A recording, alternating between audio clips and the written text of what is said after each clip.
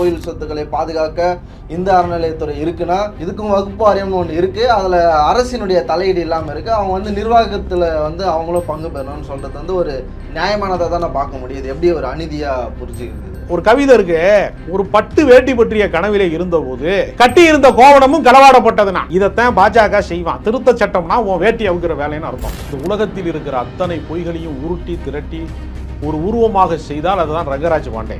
அது மாதிரியான காவி கலிச்சடைகள் இது போன்ற பொய் பிரச்சாரங்களை தொடர்ந்து பேசி வருகிறார்கள். பாதுகாப்பு துறைக்கு அடுத்தபடியாக, ரயில்வே துறைக்கு அடுத்தபடியாக அதிக சொத்துக்கள் கொண்டிருக்கக்கூடிய ஒரு அமைப்பாக வக்ஃபு வாரியம் இருப்பது பாஜகவின் கண்ணை உறுத்துகிறது.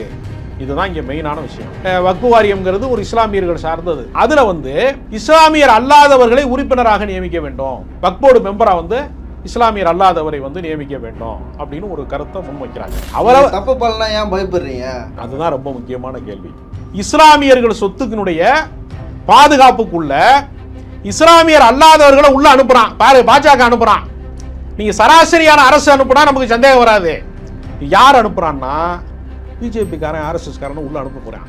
இல்லை, இதில் வந்து இத்தனை நாள் வந்து பெண்களுக்கு அனுமதி இல்லாமல் இருந்தது. பெண்களை வந்து இது பண்ணுறாங்க, உள்ளே அனுமதிக்கலாம், பெண்கள் வந்து உறுப்பினர் ஆகலாம் அப்படின்னு சொல்கிறாங்க. இன்னொன்று வந்து இந்த 2 முக்கியமான பிரிவு இருக்குல்ல, ஷியா பிரிவு, சன்னி பிரிவு, அவர்கள் மட்டும்தான் இதில் வந்து அதிகாரம் இருந்தது. இப்போ வந்து அந்த போராக்கள், அகானிகஸ் அது மாதிரி ஏதோ வந்து சொல்கிறாங்க. இப்போ இஸ்லாமியர்கள் இருக்கிற எல்லா பிரிவினருக்குமே இதில் வந்து உரிமைக்கு வர முடியும் அப்படின்றது இருக்குது. இப்போ 2 பேருக்கு மட்டும் அனுப்பி வச்சுட்டு இருந்தது எல்லாருக்கும் கிடைக்கிற மாதிரி பண்ணுறாங்க. பெண்கள்லாம் உள்ள வராங்களா, அதை பாசிட்டிவாக பார்க்க. இதில் தான் அவனுடைய கெட்டிக்காரத்தனமே இருக்குது. அவன் என்ன செய்யறான் அதில் விளையாடு. இதில் அவன் காட்டுற முதன்மையான வித்தை என்னன்னா, ஏற்கனவே பெண்கள் மெம்பராக இருக்கிறாங்க. இப்போ நிலோஃபர் கவில்னு ஒருத்தர் தாங்க தெரியுமா, அவங்கெல்லாம் வக்ஃபு வாரியத்தின் வந்து முதன்மை பொறுப்புகள் இருந்திருக்காங்க. இங்கே பல்கீஸ் பானுவை கூட்டு பாலியல் வன்புணர்வு செய்த இவர்கள் தான் இஸ்லாமிய பெண்களை பாதுகாக்கிறதுக்காக நாங்கள் சட்டம் கொண்டு வர்றோங்கிறேன்னா உங்களுக்கு வெக்கமா இருக்காதாடா? சங்கிகளை பார்த்து நான் கேட்குறேன், உங்களுக்கு வெக்கமே இருக்காதா? இப்போ நம்ம வந்து இந்து அறநிலையத்துறையில் போய் ஒரு இஸ்லாமியர் வந்து போய் இருக்க முடியுமா? இங்கே ஒருவரை கூட கிளார்க் வேலை கூட பார்க்க முடியாது. இங்கே அதுக்கு ஏன் ஒப்பிடுற? நான் என்ன கேட்குறேன், இது பல்லாயிரம் கோடி சொத்து இருக்கிறது வந்து இந்து அறநிலையத்துறை. அங்கே உண்டியல் வருது, உனக்கு உண்டியலை நீனே வீட்டுக்கு கொண்டு போன, கவர்மெண்ட்ல என்றாங்க உட்காந்து, அது உனக்கு பிடிக்கல. அறம் நாடு பார்வையாளர்களுக்கு வணக்கம்.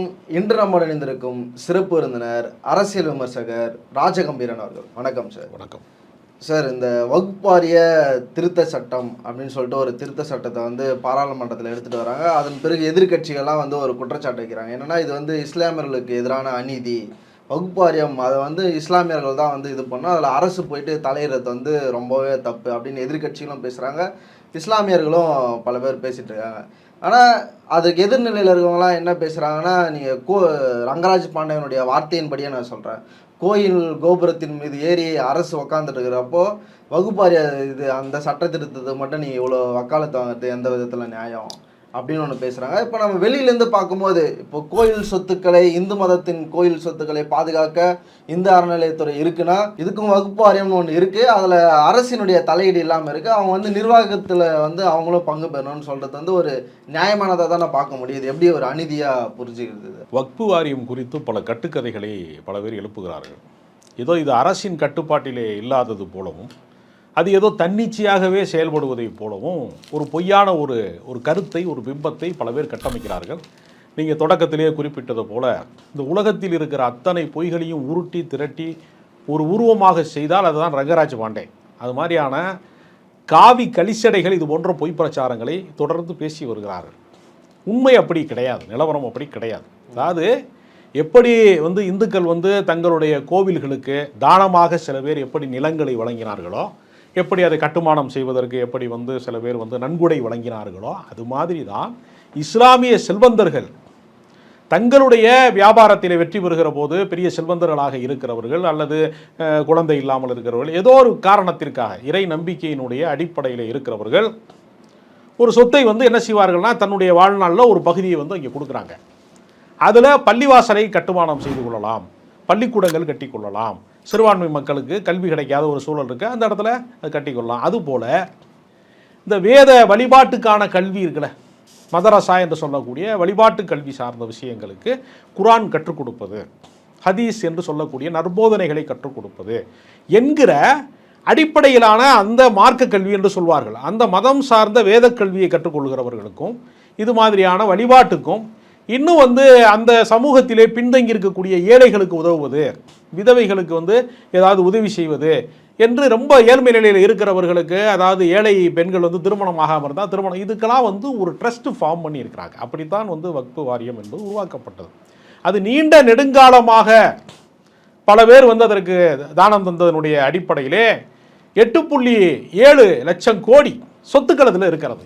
பாதுகாப்புத்துறைக்கு அடுத்தபடியாக, இந்தியாவிலேயே 3வது, ரயில்வேக்கு அடுத்தபடியாக, அதைத்தான் நான் சொல்ல வரேன். 3வது இடம் எப்படின்னா பாதுகாப்புத்துறைக்கு அடுத்தபடியாக, ரயில்வே துறைக்கு அடுத்தபடியாக அதிக சொத்துக்கள் கொண்டிருக்கக்கூடிய ஒரு அமைப்பாக வக்ஃபு வாரியம் இருப்பது பாஜகவின் கண்ணை உறுத்துகிறது. இதுதான் இங்கே மெயினான விஷயம். இவர்கள் என்ன நினைக்கிறாங்கன்னா, பாபர் மசூதியை வந்து உடைத்து அதை ராமர் கோயிலாக மாற்றியதை போல இந்தியாவில் இருக்கக்கூடிய ஒட்டுமொத்த வக்ஃபு வாரியத்தையும் சூறையாடுவதற்கு ஒரு சட்ட திருத்தத்தை அவர்கள் கொண்டு வருகிறார்கள். அதுக்கு என்ன செய்கிறாங்கன்னா, உதாரணத்துக்கு அவர்கள் வெளிப்படையாக அறிவித்தது வந்து என்ன செய்கிறாங்கன்னா, இப்போ நீ யோசிச்சு பாருங்க, ஒரு வக்ஃபு வாரியம்ங்கிறது ஒரு இஸ்லாமியர்கள் சார்ந்தது. அதில் வந்து இஸ்லாமியர் அல்லாதவர்களை உறுப்பினராக நியமிக்க வேண்டும், வக்ஃப் போர்டு மெம்பராக வந்து இஸ்லாமியர் அல்லாதவரை வந்து நியமிக்க வேண்டும் அப்படின்னு ஒரு கருத்தை முன்வைக்கிறாங்க. இப்போ நான் என்ன கேட்குறேன்னா, பாபநாசம் தொகுதியில் பேராசிரியர் ஜவாஹிர்லா அவர்கள் சட்டமன்ற உறுப்பினராக இருக்காங்க. அங்கு முருகனினுடைய அறுபடை வீடாக இருக்கக்கூடிய சுவாமி மலையில் பக்தர்களுடைய வசதிக்காக வேண்டி லிஃப்ட் வசதி வேணும், மேலே உயரத்துக்கு போகிறதுக்கு இந்த வயதானவர்கள், மூட்டு வலி இருக்கிறவங்க போக முடியாதுங்கிறதுக்கு நீண்ட நாள் கோரிக்கை. சுவாமி மலையினுடைய அந்த கோவிலுக்கு போகிறதுக்கு லிஃப்ட் வசதிக்கு வந்து அவர் சட்டமன்ற உறுப்பினர் என்கிற முறையிலே அரசிடம் வந்து வாதாடி ஒரு 3 கோடி ரூபாய் நிதி வாங்கி கொடுத்து அது ஏற்பாடு செஞ்சுட்டார். அது இப்போ நடைமுறைக்கு வந்துருச்சு, அது நடப்புக்கு வந்துருச்சு. அது இப்போ நான் என்ன கேட்குறேன், சட்டமன்ற உறுப்பினராக இருக்கிற காரணத்தினால் சுவாமி மலையினுடைய அந்த முக்கியமான அந்த இதில் வந்து மெம்பராக வந்து ஜவாஹர்லாவை சேர்ப்பாங்களா? சாத்தியம் இருக்கா? சாத்தியம் இல்லை. மதுரை மீனாட்சி அம்மன் கோயில் இருக்குது, அங்கே பக்கத்தில் இருக்கிற ஒரு பாயை மெம்பராக சேர்த்துக்குருவாங்களா? மீனாட்சி அம்மன் கோயிலுடைய ட்ரஸ்ட்டில் வந்து ஒரு ஆளாக சேர்த்துக்குருவாங்களா? சேர்க்க மாட்டாங்க இல்லையா? அரங்காவலரை சேர்த்துக்குருவாங்களா? சேர்க்க மாட்டாங்கல்ல. அப்போ இது என்ன வகையான முறை, இது என்ன வகையான நியாயம் அப்படிங்கிற ஒரு கேள்வி இருக்கிறது. அவரை தப்பு பண்ணலாம், ஏன் பயப்படுறீங்க? நீ இப்போ நீங்கள் வந்து முஸ்லீம்லாம் சேர்ந்து நீ இடத்த விற்கிறீங்க, இந்த வக்ஃப் வாரியத்துக்கு இருக்கிற பல சொத்துக்கள் வந்து விற்கப்படுகிறது, அப்புறம் முறையான வந்து டேட்டா இல்லை என்ன இதுன்றது. அப்போ வெளியிலேருந்து ஒருத்தர் வரதுனால உங்களுக்கு என்ன பிரச்சனைன்ற கேள்வி வைக்கிறேன். அதுதான் ரொம்ப முக்கியமான கேள்வி. வக்ஃப் வாரிய சொத்தை யாரும் விற்க முடியாது, அதுக்கு சட்டமே இருக்கு, சட்ட பாதுகாப்பு வழங்கியிருக்கிறாங்க. வக்ஃப் வாரிய சொத்தை ஒருவர் விற்கவோ வாங்கவோ முடியாது. சில ஆக்கிரமிப்பாளர்கள் அதில் என்ன பண்ணுவான்னா, வக்ஃப் வாரிய சொத்து இருக்கும்னா, இப்போ நம்ம சாதாரண தனி மனிதனாக இருக்கிறவனே, இப்போ எங்கள் கிராமத்தில் எனக்கு வயல் இருக்கும், ஒரு இடம் இருக்கும், நான் வந்து சென்னையில் இருப்பேன். அப்போ எங்கள் ஊரில் என்ன ஆகும், நான் கம்பி வேலி போட்டு டெய்லி பார்த்தாலும் அதை வந்து ஒருத்தர் என்ன செய்வான், அதை ஆக்கிரமிப்பதற்கு ஒருத்தர் முயற்சி செய்வான். இது உலகம் முழுக்க இருக்கக்கூடிய நியதி. ஒரு நிலம் வந்து ஒரு வேஸ்ட் லேண்டாக இருக்குது அல்லது பயன்படுத்தாத ஒரு பகுதியாக இருக்குது அப்படின்னு வச்சுக்கோங்களேன், கொஞ்சம் 6 அடினா கூட ஒரு வருஷத்தில் ஒரு குறிப்பிட்ட இடத்த வந்து இது எல்லா இடத்துலையும் நடக்குதா? இந்த மாதிரி ஆக்கிரமிப்பு இருக்கிறது. இந்த ஆக்கிரமிப்பு வந்து பிற சமுதாய மக்கள் தான் ஆக்கிரமிக்கிறாங்கன்னு நினைக்காதீங்க. இஸ்லாமிய சமூகத்திலையுமே கடை கட்டி விட்டோம்னா அவன் என்ன பண்ணுவான்னா, அவன் காலி பண்ண மாட்டான். அந்த காலத்தில் வந்து 1958 ஒரு அக்ரிமெண்ட்டில் வந்து ஒரு இதில் போயிருப்பான், உள்ளே போயிருப்பான், அன்னைக்கு 150 ரூபா வாடகைக்கு போயிருப்பான். இப்போ வந்து அவன் இன்னும் 150 ரூபா வாடகை கொடுக்குறேன்னு சொல்கிறவங்களாம் இருப்பான். இப்படிலாம் பல ஆக்கிரமிப்பு அல்லது இதெல்லாம் வந்து விற்கவும் முடியாது, வாங்கவும் முடியாது. ஏன்னா இது பொது சொத்து, தனிநபர் சொத்து கிடையாது. வக்ஃப் வாரியம் நினச்சா ஒருத்தனுக்கு விற்க முடியாது. இது ஒரு அபாண்டமான குற்றச்சாட்டு ஒன்று. இது என்ன திட்டமிடுறான்னா, ஆர்எஸ்எஸ் உறுப்பினர்களை, பாஜக சார்ந்தவர்களை, இதை நான் தமிழ்நாட்டு சூழலிருந்து சிந்திச்சா நமக்கு புரியாது. நீங்கள் யோகி ஆதித்யநாத் ஆளக்கூடிய உத்தரப்பிரதேசம் மாதிரி ஒரு மாநிலத்தில் போய் நீங்கள் மெம்பராக வந்து ஒரு ஆளை வந்து முதல்ல ஒரு 2 பேர் அனுப்புகிறோம். அவன் என்ன சொல்கிறான்னா, 12 பேர் மெம்பர். இப்போ வந்து இதே மாதிரி வக்ஃப் போர்டினுடைய அந்த தலைமை ஒன்று இருக்குது, 23 மெம்பர் இருக்காங்க. அதில் வந்து ஒரு 12 பேரை நான் முஸ்லீமை வந்து அனுப்பிடலான்னு நினைக்கிறான் அங்கே. இப்படி இந்த மாதிரி ஆட்களை உள்ளே அனுப்புறது மூலமாக இப்போ என்ன செய்யறான்னா, இப்போ இந்த இடம் வந்து வக்ஃபுக்கு சொந்தமானது அப்படின்னு ஒன்று அவங்க ரெக்கார்டு வச்சிருக்கிறாங்க. கற்பனையெல்லாம் சொல்ல முடியாது. சொத்து விஷயத்தில் யார் வந்து கற்பனையாக வந்து இது ஏன் இடம் ஓ இடம்லாம் சொல்லவே முடியாது. ரெக்கார்டு வச்சுருப்பாங்க. இந்த இடத்துல ஒருத்தர் கடை கட்டிட்டாரு அல்லது ஒருத்தர் ஆக்கிரமிப்பு பண்ணிட்டாரு, குடிசையை போட்டாரு, ஏதோ ஒன்று இருக்குன்னா அது அப்புறப்படுத்தணும்னா வக்ஃப் வாரியத்திட்ட டாக்குமெண்ட் இருக்குது. அவர் என்ன செய்வார், அப்பா இதை நீ காலி பண்ணி கொடுத்துரு அப்படின்னு சொல்லும்போது போலீஸ் ப்ரொடெக்ஷன் கொடுப்பாங்க, அவர் குறிப்பிட்ட டைம் கொடுப்பாங்க, அவர் அந்த இடத்த குடிசையை காலி பண்ணணும் அல்லது கடையை காலி, இதுதான் வந்து நடைமுறையில் இருக்குது. இப்போ இதை வந்து இந்த ஆக்கிரமிப்பை அகற்றக்கூடிய அதிகாரம் இருக்குல்ல, இது வக்ஃபு இடம்னு சொல்லக்கூடிய அதிகாரம் இருக்குல்ல, இந்த அதிகாரத்தை குறைக்கிறாங்க. அது நீங்கள் சொல்லக்கூடாது. யார் சொல்லணும்? அது மாவட்ட ஆட்சித்தலைவருக்கு அனுப்புங்க, அந்த இதை மனுவை வருவாய்த்துறைக்கு அனுப்புங்க அப்படிங்கிறாங்க. இப்போ என்னென்னா என்ன நடைமுறை இருக்குன்னா, இப்பயுமே உங்களுக்கு ஆட்சேபனை இருக்கும் பட்சத்தில், வக்ஃப் வாரியம் வந்து எங்கள் இடத்த வந்து தவறாக சொல்லுதுன்னு ஆட்சேபனை இருக்கும் பட்சத்தில் அதை விசாரிப்பதற்கு ஒரு தீர்ப்பாயம் இருக்கிறது. அந்த தீர்ப்பாயத்திலையும் உங்களுக்கு உடன்பாடு வரலைன்னா கோர்ட்டுக்கு போகலாம், உயர்நீதிமன்றத்துக்கு போகலாம். அரசின் தலையீடு இருக்குதுல, நீதித்துறையினுடைய தலையீடு இதில் இருக்குது ஏற்கனவே. இதனமோ அரசினுடைய கண்காணிப்புக்குள்ளே இல்லைங்கிறது. நீங்கள் சாப்பிட்ற இட்லியிலே உங்களுக்கு தெரியாமல் ஜிஎஸ்டி போடுறான், காப்பி குடிச்சேன்னா அதில் மாநில ஜிஎஸ்டி இருக்குது, மத்திய ஜிஎஸ்டி இருக்குது. நீங்கள் உங்கள் ஆக்டிவிட்டீஸ் ஒவ்வொன்றுக்குள்ளேயுமே வரி இல்லாமல் கிடையாது. நீங்கள் சினிமா படம் பார்க்க போறிய உங்கள்கிட்ட கேட்டுக்கிட்ட சென்ட்ரல் கவர்மெண்ட்டும் ஸ்டேட் கவர்மெண்ட்டும் ஜிஎஸ்டி போடுறான். அது ஏற்கனவே இருக்குது, எல்லாமே கண்காணிப்பு வலயத்துக்குள்ளே தான் நம்ம இருக்கோம். இது வந்து ஒரு அபாண்டமான பொய் அது. அப்போ அவங்க என்ன செய்வாங்கன்னா, ஏற்கனவே இருக்கக்கூடிய அந்த உயர்நீதிமன்றத்துக்கு ஒத்துக்கலைன்னா உச்சநீதிமன்றத்துக்கு போகலாம். இவ்வளவு வரிசை ஏற்கனவே இருக்குது, அரசின் கண்காணிப்புக்குள்ளே தான் இருக்குது, வருவாய் கோட்டத்திற்குள்ளே தான் இது ஏற்கனவே இருக்குது. இதை அதிகாரத்தை குறைக்கணுங்கிறான். உனக்கு அந்த அதிகாரம் இல்லை.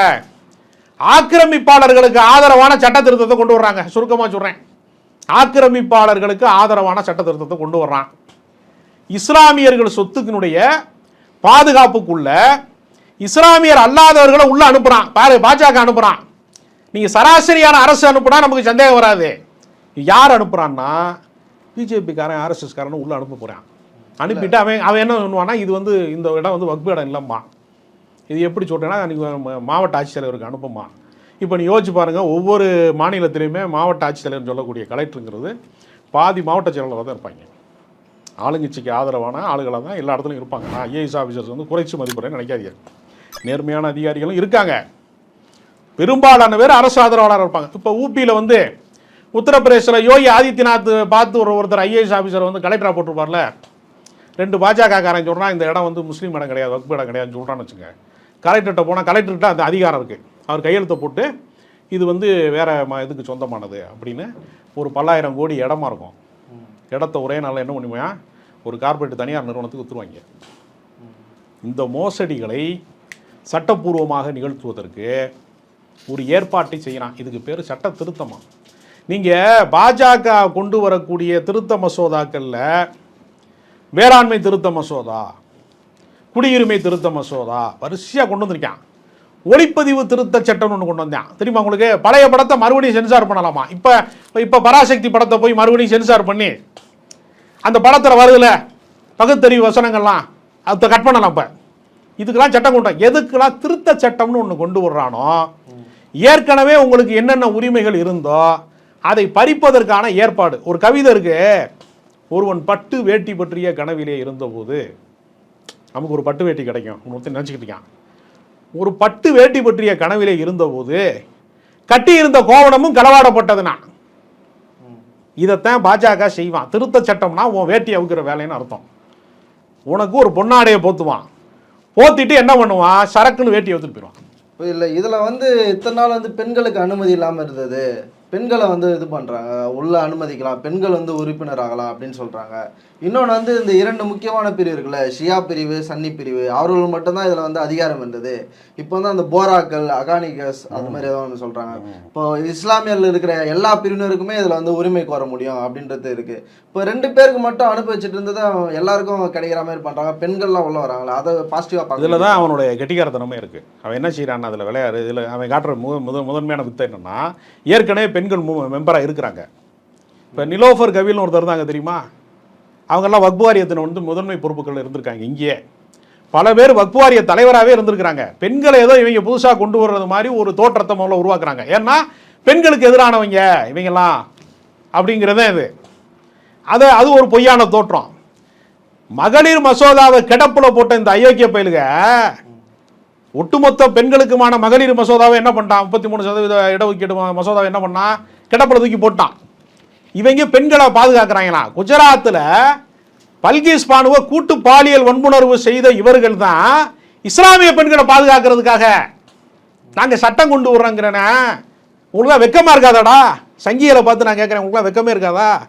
ஏடா, கூட்டு பாலியல் வன்புணர்வு செஞ்சவங்க உயர் சாதி பிராமணர்கள், அதனால அவங்க வந்து அவங்க எல்லாம் இந்த மாதிரி தவறு செய்ய மாட்டாங்கன்னு சொன்னவங்க தானே அவங்க.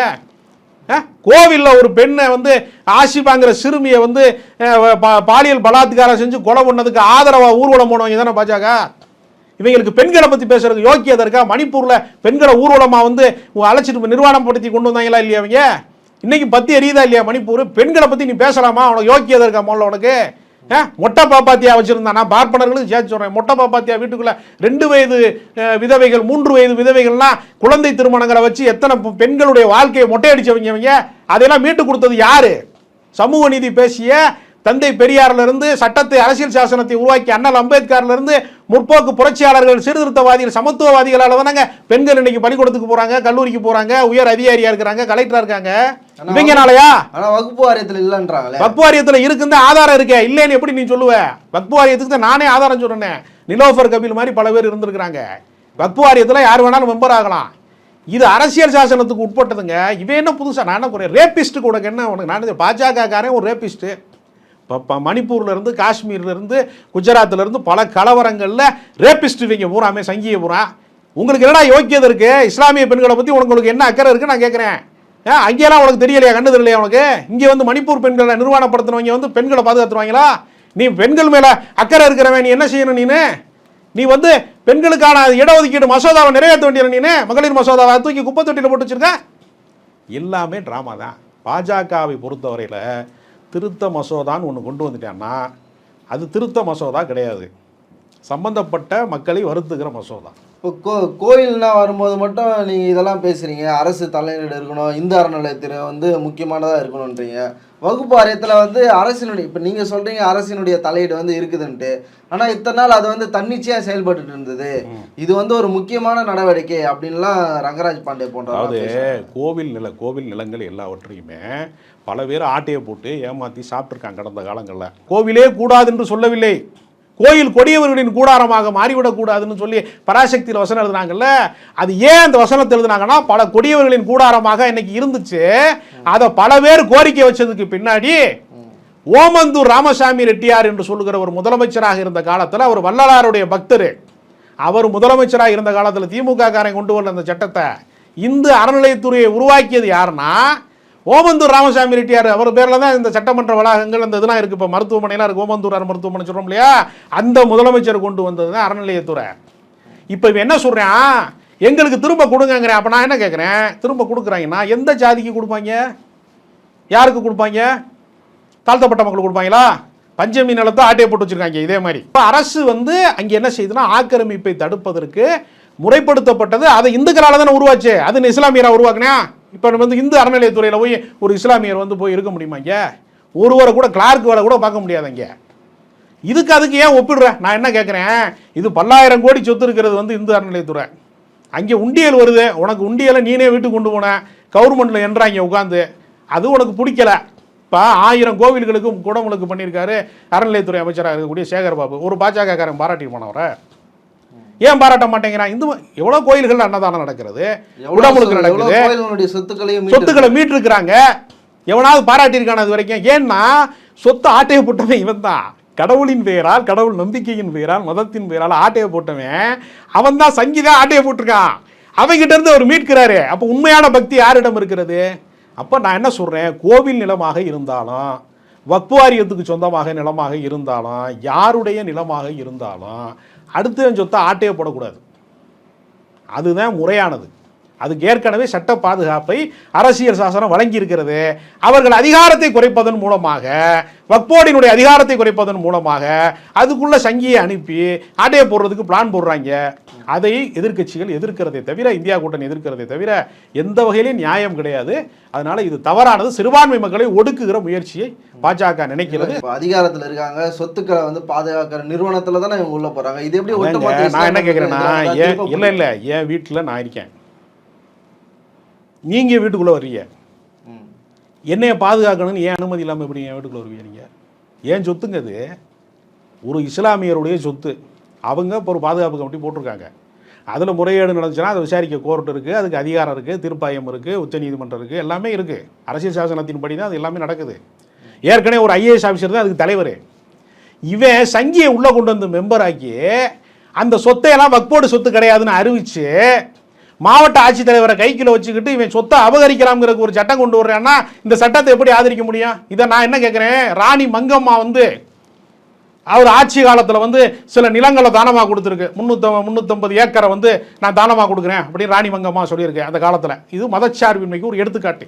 மயிலாப்பூர் கோவில் குளம் இருக்கு பற்றியெல்லாம், அது திப்பு சுல்தான் காலத்தில் வழங்கப்பட்டது.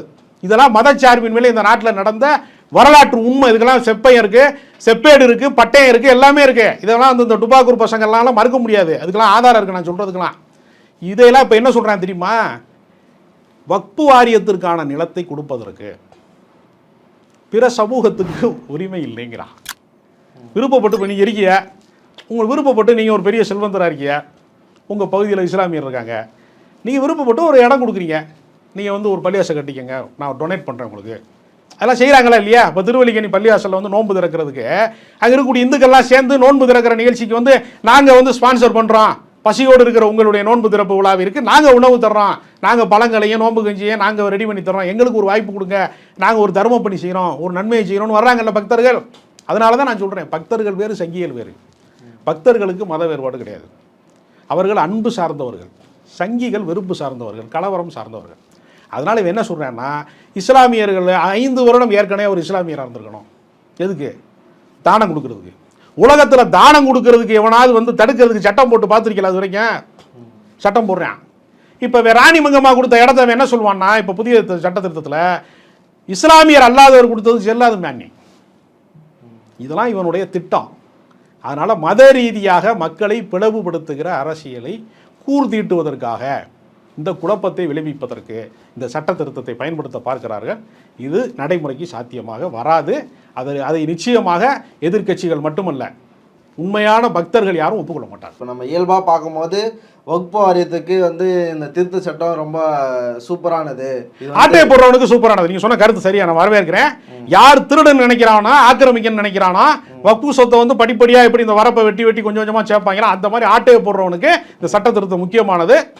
யார் சொத்தை யார் திருடக்கூடாதுன்னு நினைக்கிறவனுக்கு இந்த சட்ட திருத்தம் தேவையில்லை. இந்த திருத்த சட்டம், வக்பு வாரிய திருத்த சட்டம் குறித்து விரிவான பார்வையை நம்ம முன் வச்சிருக்கோம். நம்ம பொறுத்திருந்து பார்ப்போம் சார், இது என்ன சூழலுக்கு இதை எடுத்துகிட்டு போகுதுன்றத. அரங்கத்திற்கு வந்து பல்வேறு தலைப்பு ரொம்ப நன்றி சார்.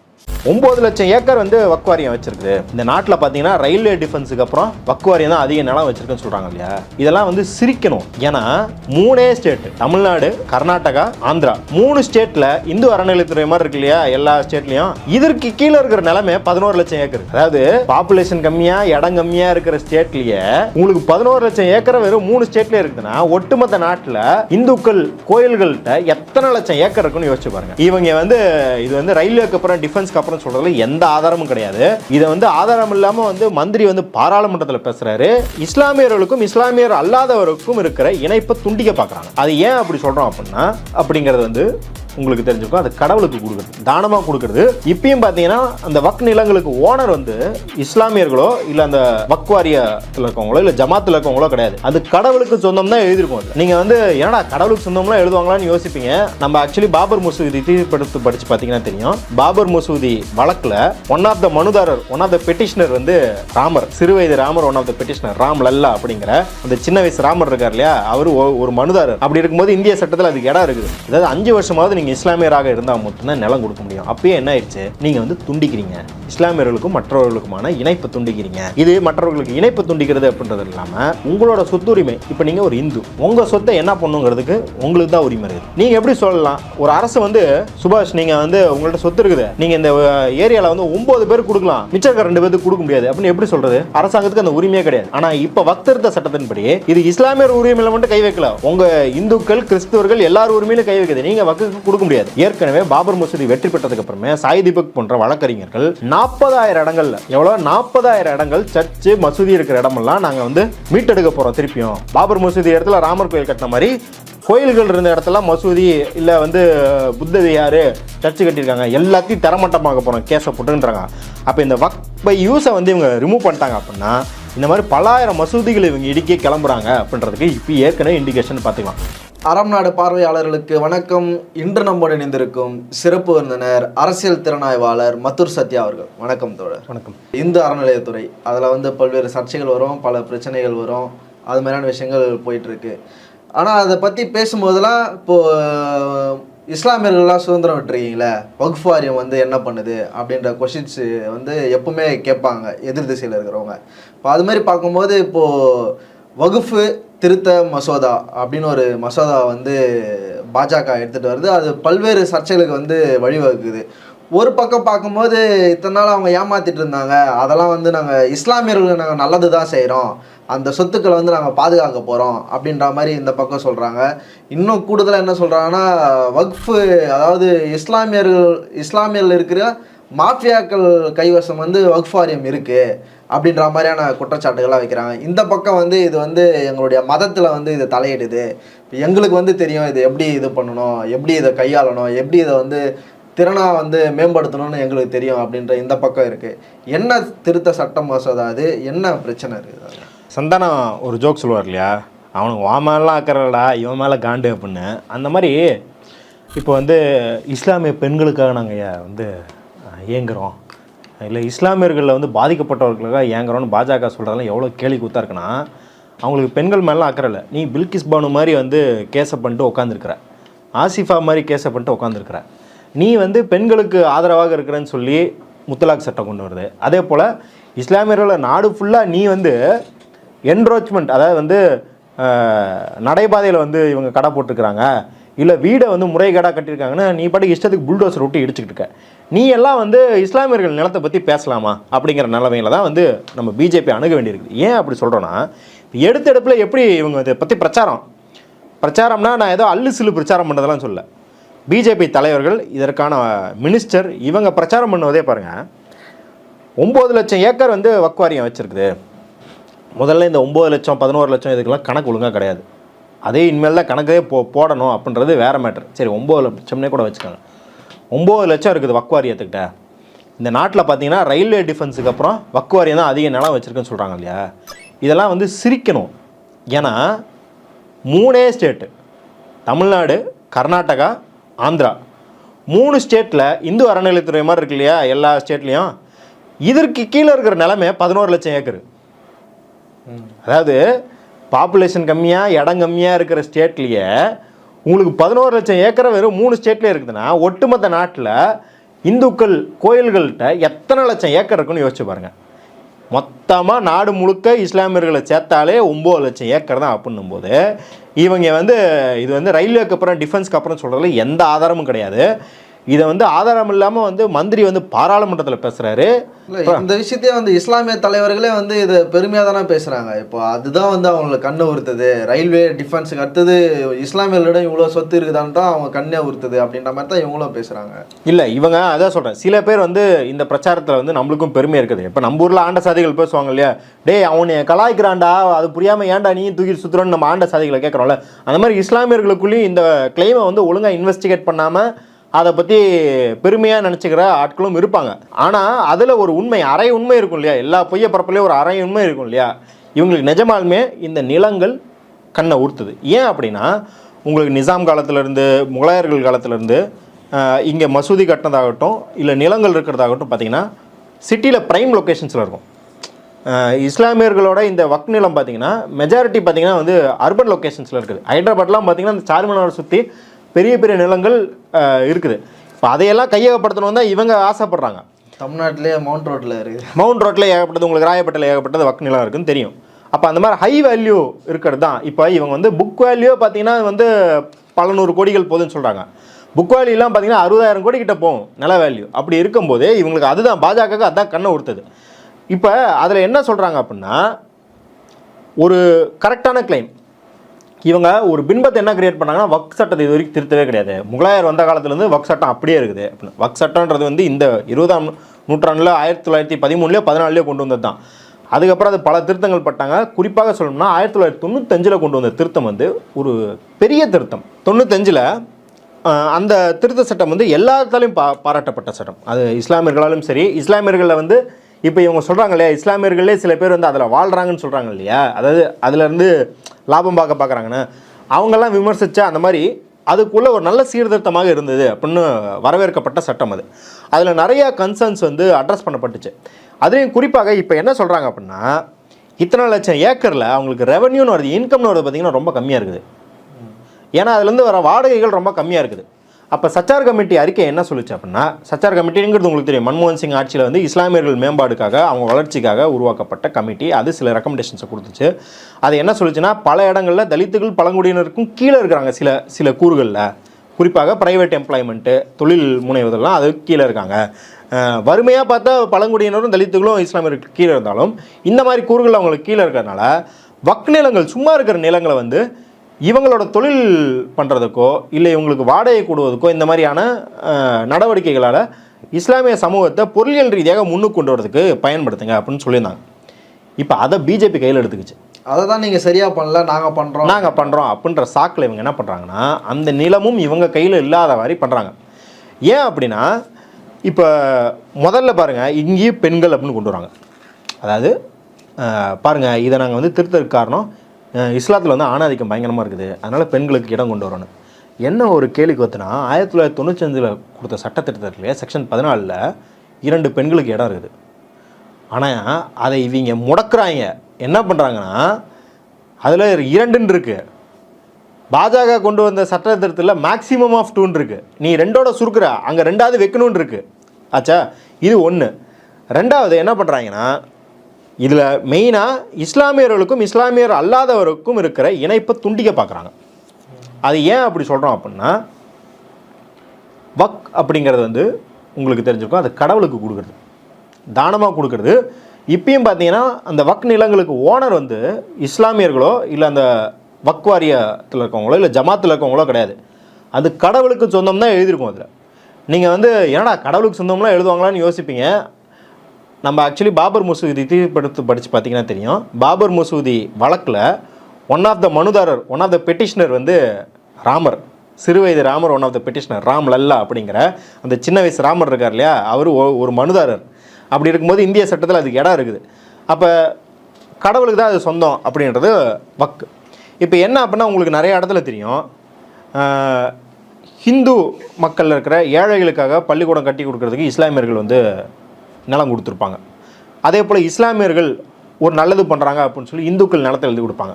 குறிப்பாக இந்த வெள்ள நடவடிக்கை இப்போது இல்லை வந்து ஏதாவது அந்த காலத்தில் இது நடக்கும், பசி பட்னி பஞ்சம்லாம் இருக்கும்போது மசூதியில் வந்து சோறு போட்டாங்க அப்படிங்கிற காரணத்தினால நிலம் எழுதி கொடுத்துருப்பாங்க. அப்போ அதெல்லாம் பார்த்து இந்துக்கள் வந்து நிலத்தெல்லாம் எழுதி கொடுப்பாங்க. அப்போ இந்த டிரான்சாக்ஷன் அப்படிங்கிறது வந்து எல்லா சமூகங்களுக்கும் சுமூகமாக இருந்தது. இப்போ என்ன பண்ணுறாங்க அப்படின்னா, வக்குக்கு வந்து ஒரு நான் முஸ்லீம் நிலத்தை கொடுக்க முடியாது. He should be at least 5 years of practising Muslim. அதாவது 5 வருஷமாவது நீங்கள் இஸ்லாமியராக இருந்தால் மட்டும்தான் நிலம் கொடுக்க முடியும். அப்பயே என்ன ஆயிடுச்சு, நீங்கள் வந்து துண்டிக்கிறீங்க, இஸ்லாமியர்களுக்கும் மற்றவர்களுக்குமான இணைப்பு துண்டிக்கிறீங்க. இது மற்றவர்களுக்கு இணைப்பு துண்டிக்கிறது அப்படின்றது இல்லாமல் உங்களோட சொத்துரிமை, இப்போ நீங்கள் ஒரு இந்து, உங்கள் சொத்தை என்ன பண்ணுங்கிறதுக்கு உங்களுக்கு தான் உரிமை இருக்குது. நீங்கள் எப்படி சொல்லலாம், ஒரு அரசு வந்து சுபாஷ் நீங்கள் வந்து உங்கள்கிட்ட சொத்து இருக்குது, நீங்கள் இந்த ஏரியாவில் வந்து 9 பேர் கொடுக்கலாம், மிச்சம் இருக்க 2 பேருக்கு கொடுக்க முடியாது அப்படின்னு எப்படி சொல்கிறது? அரசாங்கத்துக்கு அந்த உரிமையே கிடையாது. ஆனால் இப்போ வக்திருத்த சட்டத்தின்படி இது இஸ்லாமியர் உரிமையில் மட்டும் கை வைக்கல, உங்கள் இந்துக்கள் கிறிஸ்தவர்கள் எல்லார் உரிமையிலும் கை வைக்குது, நீங்கள் வக்குக்கு கொடுக்க முடியாது. இது இந்த கமிட்டியில் நான் முஸ்லீம்ஸை கொண்டு வரணும். எப்படி வக் போர்டில் வந்து நான் முஸ்லீம்ஸுக்குன்னு இடம் வேணுமா? நம்ம என்ன கேட்குறோம் அப்படின்னா, நீங்கள் இந்து அறநிலைத்துறையில் இந்துக்கள் கைக்கே கோயில்கள் திரும்பணும்னு சொல்கிறீங்க. அங்கே என்ன சொல்கிறாங்க, ப்ராக்டிஸிங் ஹிந்துவாக தான், ஹிந்து கூட கிடையாது. நீங்கள் இந்து அறநிலைத்துறையில் இருக்கணும், ப்ராக்டிஸிங் இந்துன்னு நீங்கள் ப்ரூவ் பண்ணணும். நீங்கள் டெய்லி சாமி கும்பிட்றவரும் ப்ரூவ் பண்ணால் தான் உங்களுக்கு இந்து அறநிலைத்துறையில் இருக்க முடியும். அந்த கிரிட்டேரியாவே உங்களுக்கு போதலைங்கிறீங்க. நீங்கள் ஓபிசி தலித்தில் இருக்கவே கூடாது, வெறும் பார்ப்பனர்கள் மட்டும்தான் இருக்கணுன்றீங்க.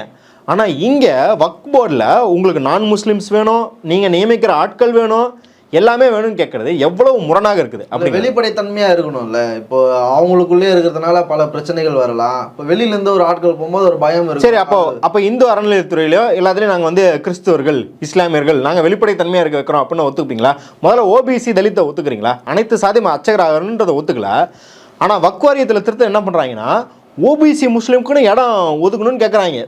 நான் என்ன சொல்கிறேன்னா, ஓபிசி முஸ்லீம்கள் வரணுங்கிறது நியாயமான கோரிக்கை. ஆனால் அங்கே ஓபிசி முஸ்லீம்கள் வருவதுக்கு தடையெல்லாம் கிடையாது. அவங்க என்ன சொல்கிறாங்கன்னா, இப்பயும் வக்வாரியத்தில் ஓபிசி முஸ்லீம்கள் இருக்கிறாங்க, பெண்கள் இருக்கிறாங்க, நீ அவங்களாம் இல்லாதது போல் நான் தான் இன்ட்ரடியூஸ் பண்ணுறாங்கிற மாதிரி சட்டத்திட்டத்தை கொண்டு வர. இங்கே நீ வந்து அங்கே தடையே இல்லாத போதே ஓபிசி கொண்டு வரணும்னு கேட்குறீங்க, இங்கே தடையே இருக்குது, அந்த தடையை உடைப்பையா அப்படின்னு கேட்குறாங்க. அது ஒன்று. இந்த வித்தியாசத்தை பாருங்கள். நான் நீங்கள் கரெக்டாக வந்து ஆரம்பத்தில் இந்து அறநிலையத்துறை எடுத்து கொடுத்ததுனால சொல்கிறேன்.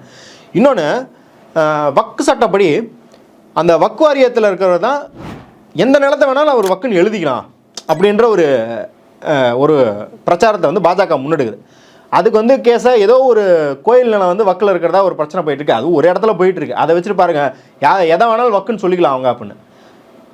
என்ன அப்படின்னா அப்படி எதை வேணாலும் வக்குன்னு சொல்லிக்க முடியாது. அந்த வக்கு அதிகாரி தனக்குன்னு வக்குன்னு எழுதுவார், இது வக்கு நிலம்னு எழுதுவார். அதுக்கப்புறம் ஒரு சர்வே கமிஷனர்கிட்ட போவோம். அந்த சர்வே கமிஷனர் எழுதி அது அரசாங்கம் ஸ்டேட் கவர்மெண்ட்டை போய் ஸ்டேட் கவர்மெண்ட் அப்ரூவ் பண்ணதுக்கப்புறம் தான் கெசட்டில் வந்து அது வக்கு நிலம்னு வரும் ஆச்சுங்களா. இது இந்த ப்ரொசீஜர் அப்படியே இந்து அறநிலையத்துறையில் இருக்கிற ப்ரொசீஜர் தான். இந்து அறநிலையத்துறையிலையும் அந்த ஹிந்து என்டோமெண்ட் ஆஃபீஸர் இருக்கார் இல்லையா, அவர் தான் இது எங்களுக்கான நிலம்னு சொல்லுவார். அது திருப்பி ஒரு அப்ரூவலுக்கு போகும். அதனால் நான் வந்து மாவட்ட ஆட்சியரிடம் வந்து நாங்கள் இதை ஒப்படைக்கிறோம் அப்படின்னு சொல்கிறாங்க. இது ஒரு கான்ஃப்ளிக்ட் ஆஃப் இன்ட்ரெஸ்ட். நான் என்ன சொல்கிறேன்னா, நீங்கள் குரூப் 2 வேணால் நீங்கள் இன்னும் பெரிய உயர் அதிகாரி என்ன பண்ணுங்கன்னா ரிட்டையர்டு ஜட்ஜ் வச்சு ஒரு கமிட்டியை போட்டுக்கோங்க, இந்த மாதிரி வைங்க, அது பிரச்சனை கிடையாது. ஆனால் நீங்கள் வந்து மாவட்ட ஆட்சியர்னு சொல்லும்போது ஒரு கான்ஃப்ளிக்ட் ஆஃப் இன்ட்ரெஸ்ட். இப்போ ஏன் கான்ஃப்ளிக்ட் ஆஃப் இன்ட்ரெஸ்ட்னு சொல்கிறேன்னா, நீங்களே ஒரு வழக்கில் வந்து சம்மந்தப்பட்டிருக்கும் போது அந்த வழக்கை நீங்களே விசாரிக்க முடியாது, கரெக்டுங்களா. அதே போல் ஒரு மாவட்ட ஆட்சியர் அப்படிங்கிறவர் ஏன் வக்கு வாரியத்தில் நிலங்களை வந்து அப்ரூவ் பண்ணுற இடத்துல இருக்க முடியாதுன்னா, எல்லா இடத்துலையும் மாவட்ட நிர்வாகத்துக்கும் வக்குக்கும் மாவட்ட நிர்வாகத்துக்கும் ஹிந்து அறநிலையத்துறைக்கும் போட்டி நிலவுது. இது எங்கள் நிலம், இது உங்கள் நிலம். டெல்லி டெவலப்மெண்ட் அத்தாரிட்டி வந்து 10 வருஷமாக வந்து பெரிய பெரிய கேஸ் நடந்துட்டு இருக்குது. இப்போ ஒன்றுமே இல்லை, இந்த வக்குவாரிய சட்டத்துக்கு ஜாயின்ட் பார்லிமெண்டரி கமிட்டி அமைச்சாங்களா, கூட்டுக்குழு அமைச்சாங்க இல்லையா, முதல்ல போய் பெட்டிஷன் கொடுத்தது டெல்லி டெவலப்மெண்ட் அத்தாரிட்டி தான், இத்தனாயிரம் ஏக்கர் எங்களுது அப்படின்னு. அப்போ அப்படி இருக்கும்போது மாவட்ட ஆட்சியர் வந்து ஒரு 100 ஏக்கர் வந்து வக்கு நிலம்னு அவங்க சொல்கிறாங்க. இல்லை இது வந்து சிட்டி கார்பரேஷனுக்கு சொந்தம் அப்படின்னா யாரை ஃபேவர் பண்ணுவார் மாவட்ட ஆட்சியர்? அப்போ அங்கே கான்ஃப்ளிக்ட் ஆஃப் இன்ட்ரெஸ்ட் இருக்குதுன்னு தெரிஞ்சு தான் அவரை வந்து அசைன் பண்ணுறாங்க அப்படிங்கிறத பார்க்குறோம். இப்போ இன்னொன்று ஒரு ஆபத்துக்குரியதாக நானே பார்க்குறாது, அதாவது இத்தனை நாள் வந்து அந்த இடத்த யாருமே உரிமை கோர முடியாது. ரெண்ட்டுக்கு எடுத்துக்கலாம், குத்தகைக்கு எடுத்துக்கலாம், அதில் வச்சு வியாபாரம் பண்ணலாம், பிஸ்னஸ் பண்ணலாம், இவ்வளோதான். ஆனால் இப்போ இந்த திருத்த மசோதாவில் என்ன சொல்கிறாங்கன்னா, ஒருத்தர் 12 வருஷத்துக்கு மேலே அந்த நிலத்தை வந்து அவர் கைவசம் வைத்திருந்தால் அவர் அந்த நிலத்தின் மேலே உரிமை கோர முடியும்னு சொல்கிறாங்க. இன்ஏலியனபிள்னு சொல்லுவாங்க. அதாவது இப்போ நீங்கள் வந்து பஞ்சமி நிலத்தை பற்றி படிச்சிருப்பீங்க.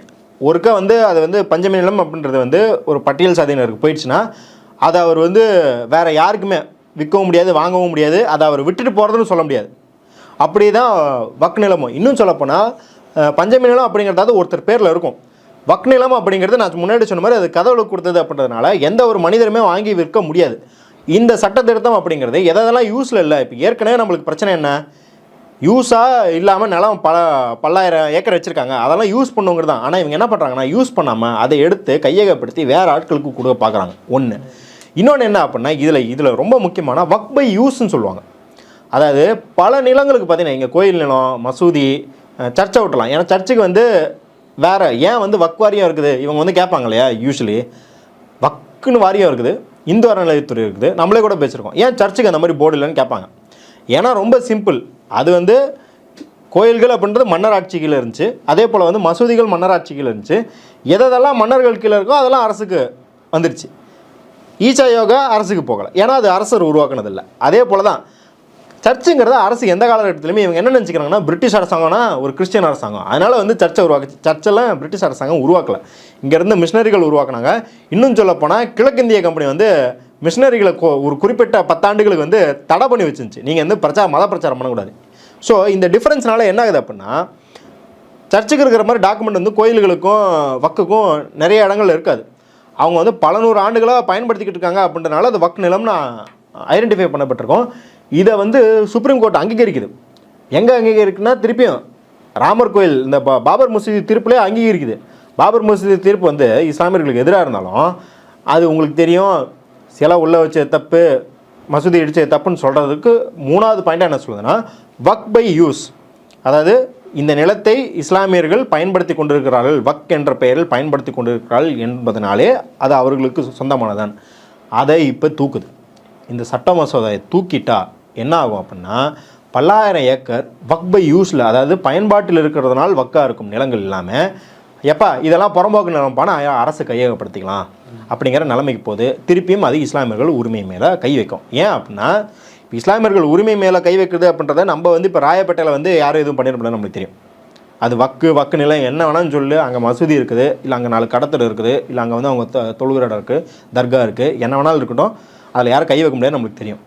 ஆனால் இன்றைக்கி புல்டோசர் விட்டு ஹரியானா, மத்திய பிரதேஷ் எல்லா இடத்துலையும் இடிச்சுக்கிட்டு இருக்கும்போது ஒரு மசூதி இருக்கிற இடம் இதுக்கு சரியான டாக்குமெண்ட் இல்லை, ஆனால் இது வக் பை யூஸ். அந்த மசூதி அங்கே வந்து 200-300 வருஷமாக இருக்குது. அது வக்கு நிலம் தானே. அதப்போ மசூதி இருக்குதுல 200-300 வருஷமாக என்ன பண்ணுவாங்கன்னா இது வக்கு நிலம் இல்லை அப்படின்னு சொல்லிட்டு அந்த மசூதிகளை இடிப்பாங்க. ஏற்கனவே பாபர் மசூதி வெற்றி பெற்றதுக்கு அப்புறமே சாய் தீபக் போன்ற வழக்கறிஞர்கள் 40,000 இடங்களில் எவ்வளோ 40,000 இடங்கள் சர்ச்சு மசூதி இருக்கிற இடமெல்லாம் நாங்கள் வந்து மீட்டெடுக்க போகிறோம் திருப்பியும். பாபர் மசூதி இடத்துல ராமர் கோயில் கட்டின மாதிரி கோயில்கள் இருந்த இடத்துல மசூதி இல்லை வந்து புத்த விஹாரு சர்ச்சு கட்டியிருக்காங்க, எல்லாத்தையும் தரமட்டமாக போகிறோம் கேஸை போட்டுன்றாங்க. அப்போ இந்த வக் பை யூஸை வந்து இவங்க ரிமூவ் பண்ணிட்டாங்க அப்படின்னா இந்த மாதிரி பலாயிரம் மசூதிகள் இவங்க இடிக்க கிளம்புறாங்க அப்படின்றதுக்கு இப்போ ஏற்கனவே இண்டிகேஷன் பார்த்துக்கலாம். மேற்கொண்டு இவங்க என்ன சேதாரம் பண்ணுறாங்க அப்படின்னா டிஜிட்டைசேஷன் நாங்கள் தான் கொண்டு வரோன்றாங்க, எல்லாத்தையும் நாங்கள் வந்து கம்ப்யூட்டரைஸ் பண்ணுறோம். ஆனால் இதில் எவ்வளோ பெரிய பொய்னா 2009 டிஜிட்டைஸ் பண்ணிட்டுருக்காங்க. டிஜிட்டைஸ் பண்ணுறதுல ஏறக்குறைய 48% முடிஞ்சு போச்சு. இன்னொரு 52% இருக்குது. கண்டிப்பாக அது பண்ணணும். ஆனால் அதில் உங்களுக்கே தெரியும் இங்கே வந்து லேண்ட் டாக்குமெண்ட்ஸ் வந்து நீங்கள் வந்து டிஜிட்டைஸ் பண்ணுறதுல பெரிய சவால் இருக்குது.